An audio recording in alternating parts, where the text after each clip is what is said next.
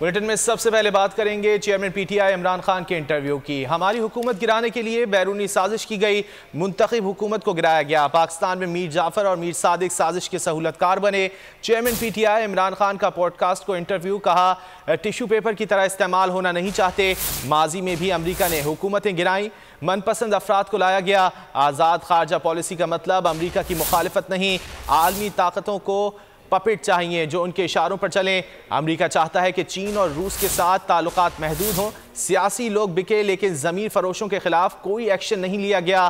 عدالتیں رات کو نہیں کھلیں، یہ بھی بولے حکومت نے میڈیا پر کنٹرول کیا سوائے ایک دو چینل کے۔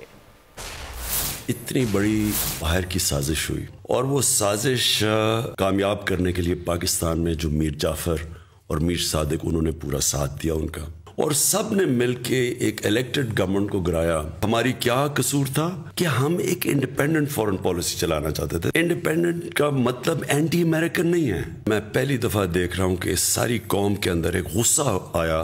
60% لوگ ضمانت پہ ہیں کیبنٹ جن کو انہوں نے مسلط کیا، جو شریف خاندان ہے وہ یا ضمانت پہ ہے یا کنوکٹڈ ہے، ان کو اوپر مسلط کر دیا۔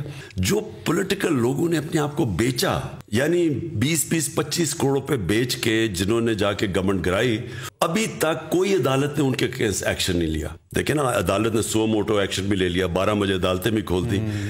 اب جس کو میں ٹکٹ دوں گا اپنی پارٹی کے اندر، میں اس سے پہلے پلیج لوں گا کہ اگر آپ کوئی بزنس کرنا چاہتے ہیں پاور میں نہ آئیں۔